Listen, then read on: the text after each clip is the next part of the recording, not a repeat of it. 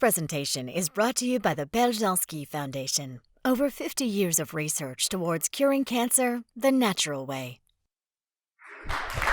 Thank you. It's good to see some familiar faces.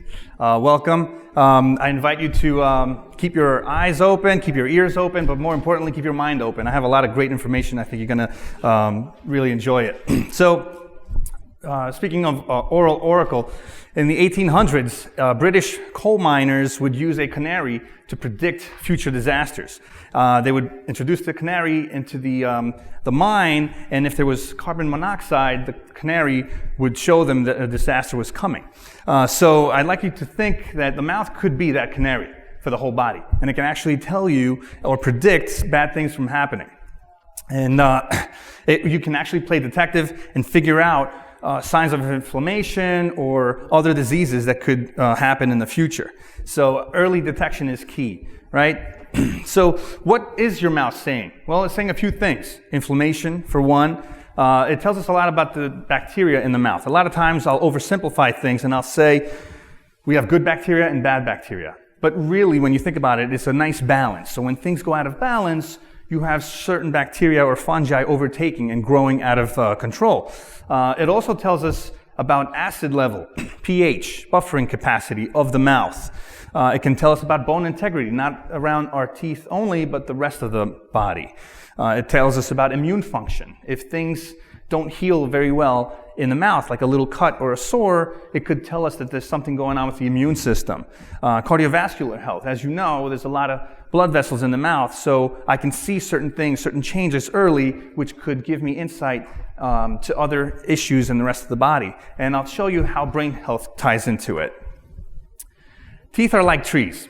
You know when you look at a tree and the bark of it is chewed from an animal, or it had some kind of disease, or if you see a bark and it has rings, you can count the rings, you can figure out how old the tree is, where each ring represents a year of the tree's life. Same thing happens with teeth. You look at teeth, there are some dark spots or white spots, and each of those spots can tell a story. Sometimes there are stripes or bands, or internal stains or microfractures. So that can tell me why these happen. For example, maybe there was trauma when the child was developing, and you have one white spot on one tooth but not on another. The band tells me time. So at some point, maybe there was a high fever that the child had, and then the body has to prioritize. It can't focus on tooth formation. It has to focus on taking care of the body and taking care of that fever. Doxycycline is an antibiotic that has been used, and if you take that, it gets incorporated into two things: hard structures, bone and teeth. So you can see bands and teeth that represent when the patient was taking that medication. Sometimes patients grow up somewhere. So I can play detective and look at the teeth and say, did you grow up in Suffolk County or were you in New York City? New York City has fluoride in their water. Suffolk County doesn't. So if you're living in a rural area where there's well water, you can't control what is in that well water. Too many minerals, too little minerals, right? And that can actually manifest itself in the tooth. Like I said before, sometimes there is trauma, and that looks like a tooth scar, as I like to call it.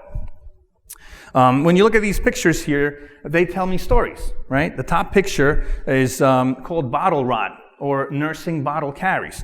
You look at the bottom teeth, they're all pristine, they're very nice and white. The upper teeth of the child are dark, discolored, and they have a lot of decay. Because as they're using the bottle, the tongue protects the bottom teeth, so they're never exposed to the sugar of the milk or the acid, and then the bacteria are basically chewing away at the surface of the upper teeth. So the upper teeth are damaged, not the bottom teeth. When you look at the tooth, the picture on the right, you see something called attrition, where the teeth are ground down. Well, why is this person grinding? Is it because they're stressed out, or is it because they have sleep apnea? How funny is it that you can actually see a marker on the teeth or the tongue sometimes, and that tells you that the patient has sleep apnea, where they literally stop breathing for a few seconds while they're sleeping, and then they get aroused and they go back to sleep, and then they wake up literally 20 or 30 times during their sleep. And they're struggling to keep their airway open, right? To try to bring the jaw forward in a form of grinding to try to get the tongue forward to open up their airway. So I think that's really interesting. The picture on the bottom shows you some erosion. So there's acid erosion. Is that because the patient has GERD, right? Gastroesophageal reflux, acid reflux? Or is it because the patient is bulimic and they're triggering so they can regurgitate, right? Or vomit. So the gastric acid wears away the surface of the tooth. And then you have cavities. So is that because the patient is taking recreational drugs, methamphetamines for one? Or is it because some other thing, like taking certain medications? So this is what I basically do, and I look into it and I can figure out what disease is associated with these symptoms. So, gums don't lie. This is a little bright, so you can't really see it, but you see healthy gums on the top picture and you see unhealthy gums on the bottom picture, and that tells me a story. It also tells me that the patient on the bottom is more prone to getting some other issues, because the plaque that you see around those teeth is the same type of plaque that gets stuck in our blood vessels. So if it's in the heart, it could give you coronary artery disease. If it's in the brain, it could give you a stroke. So the mouth is not an isolated thing. It's connected to the rest of the body. Other things that you can see is it tells me how good a patient has been with their oral hygiene habits. You can't floss 5 minutes before you go to the dentist and have your gums look pristine. The inflammation has been established for about 3 weeks or 3 months. It's kind of similar to the HbA1c levels for diabetics, where it tells us if the patient has good glycemic index for the past 3 months. Not today. So as you can see, gums are very vascular, and things get absorbed really quickly, and they go right into the bloodstream. And depending on which pathway, they might go into the brain or they might go into the heart, and obviously into the rest of the bloodstream, accessing any organ in our body. So inflammation in the mouth transfers itself into the rest of the body. The mouth is a portal. And the intuitive thing is, oh yeah, it's part of the digestive system. But it's more than that. It's part of the circulatory system, right? As we said before, because of the high vasculature. Think of medicine that goes under the tongue. If a patient has a heart attack, we give them sublingual nitroglycerin, okay? And that opens up the blood vessels. It directly goes into your bloodstream. Respiratory system. We can breathe through our noses, but we also breathe through our mouths. So if you have massive amounts of bacteria in the mouth, by inhaling, you get them right into your lungs, and that can give you lung infections. And the immune system. Saliva has antibodies, so they can actually fight infections right in our oral cavity. But if you have weak antibodies in your saliva, now you're compromised as far as your immune function. So gingivitis is inflammation of the gums, and it is reversible. So if you have gingivitis, you can have good oral hygiene and reverse that. So that's the most basic form of that. But sometimes you have gingivitis because there's a new product, a new mouthwash, a new toothpaste, and you're reacting to it. If it's a female of childbearing age and you have sudden onset of gingivitis, it could be that you're pregnant. We'll talk about that briefly in a couple of seconds. What about if it's uncontrolled diabetes? Well, uncontrolled diabetes shows up in gingivitis. Now, which one came first, the diabetes or the gingivitis? It's actually both. So people that have gingivitis have poor diabetic control, and vice versa. If you have gingivitis, you're probably going to have, if you have diabetes, you're going to have some gingivitis. Now, pregnancy gingivitis. Patients who are pregnant have to have very good oral hygiene, because if they don't, they could have these two things, premature babies and low birth weight babies. So gingivitis is reversible, but if left untreated, it could lead to periodontitis, which is irreversible, and that's bone loss. You can have mild, moderate, or severe. So that's not just limited into the mouth, because it could go into transischemic attacks, that's mini strokes, and coronary artery disease, like we mentioned earlier. Flossing, interestingly enough, decreases this marker called C-reactive protein. So people that floss have less inflammation. So not just in the mouth, but in the rest of the body. Now, chronic inflammation can lead to chronic inflammation systemic disease, which means in the rest of the body. And sometimes when it's a really sudden onset and we have severe bone loss out of the blue, it could mean that you have something more serious, like, for example, leukemia. So all these are examples of how the mouth can show me what's going on in the rest of the body. For example, premalignant lesions. Now, this little white thing that you see on these pictures Is it because of cheek biting, because of stress? That's just a callus. Or is it in an area where it's not where the teeth are? That might be a little bit more suspicious. I might have to look into it. Where we basically just do a little brush and we smear it in a slide, send it to the microbiology lab, and they can look at it under the microscope and say, you have to look into this further, instead of doing a regular biopsy. It's called a brush biopsy. So I could see metastatic cancers or other bad things, so to speak. Or maybe it's just nicotine stomatitis, which means it's a callus formed because of the heat of smoking, or vaping for that matter. Now, sometimes I can look at an x-ray and see an abnormal bone pattern. And that could indicate that there's something more serious, like multiple myeloma.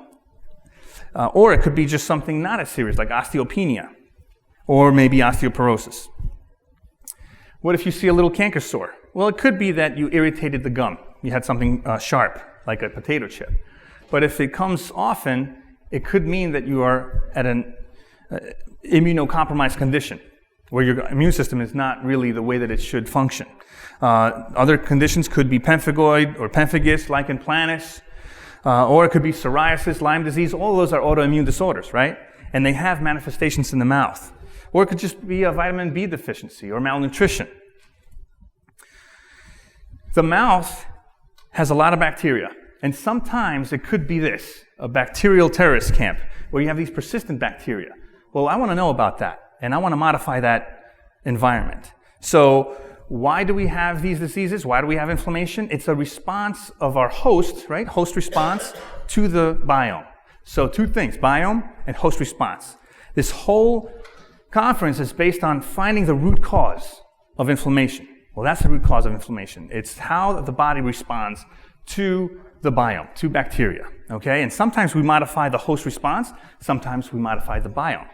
And it could be as simple as just diluting these bacteria by drinking more water. Sometimes it's basically using some probiotics to shift that balance. And sometimes it's genetics, but sometimes it's drug-induced, like steroids, antibiotics, or other drugs. The elderly, are they more susceptible? What do you think? I see a lot of heads nodding. You're right. As we age, we don't have the same type of immune response, immune function, okay? Where we needed to have a lot of supplements, now we might need less. Our absorption rate is different. So let's pick on really compromised elderly, people that are in nursing homes. They're more susceptible to all these conditions if they don't have optimum oral hygiene, like rheumatoid arthritis, osteoporosis, lung infections, Alzheimer's disease. And it could lead to bacteria into the blood, which is septicemia. So we found that when you have an improved oral hygiene in the mouth, it decreases your risk to all of those. So this way they can function on the more important things and not have to be bogged down by the inflammation in the mouth. So the moral of the story is we have to keep it under control. We have to find early, we have to identify these hidden infections, right, with the technology that we have available. Because we do have limited energy, and we want to focus on the good stuff, right? Not these nagging infections that happen in the mouth. So prevention is key. Early detection is too late. We got to catch it as early as possible. And if we have to treat it, we want to treat it non-invasively.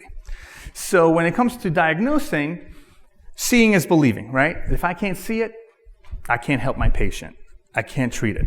So enhanced diagnostics, like diagnostic lasers, or enhanced visual oral cancer screenings, right? It's more just than x-rays. You can do transillumination, where you use a special type of light that floods the tooth with this specific light, and we can pick it up with a special camera so that we can identify things early. So we want to play detective and figure out the culprit, right? The root cause. And when you're looking at saliva, do we have enough saliva? The quality of the saliva, is it too thick, or is it watery where it can dilute things? Because you can imagine if you have certain bacteria, more saliva is better because you're diluting them. So I want to know the pH level, the quantity, the quality of it. And then take a look at the enzymes and the buffering capacity. Even though DNA analysis is still in its infancy, it's very, very promising. So sometimes we might have to do DNA testing to figure out what genetic predisposition the patient has. And if we do have to treat, how can we fine-tune the dosing of the medicines that we can use? Some people say, Jimmy, I'm getting old. Well, the way that I like to see it is we are aging, and we're doing it gracefully. And I'd like to help the body so that we have this oral optimization and have the mouth work in all cylinders, right? So we can enhance digestion, we can chew properly, we can maintain our teeth, and we can smile with confidence. So what can we do? We can do preventive things like oil pulling. We can do supplements like xylitol. Bacteria can't metabolize xylitol. So now we're controlling that environment and that biome. We can do do-it-yourself toothpaste with baking soda, peroxide, and some essential oils. Probiotics, as I mentioned earlier, to make sure we fine-tune that biome.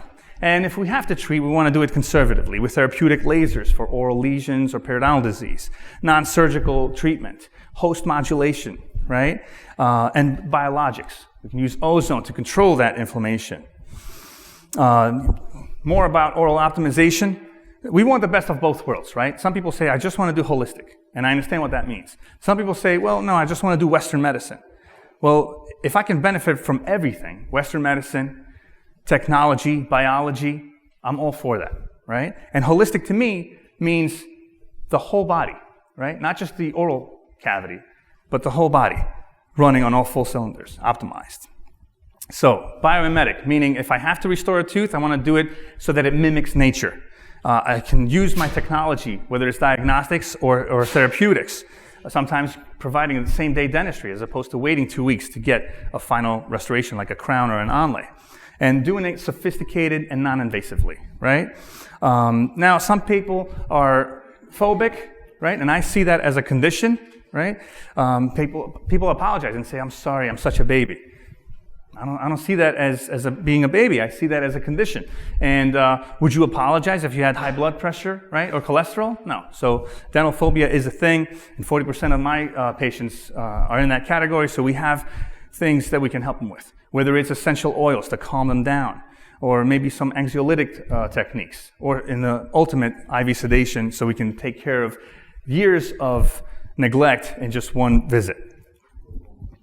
The reason why you guys are here is to be empowered, right? To help your family, yourselves, and your loved ones, and the people that you work with. So I commend you. I'm sure that there's other things that you guys could be doing this weekend, but you're here, and I applaud you for it. Thank you so much for your attention.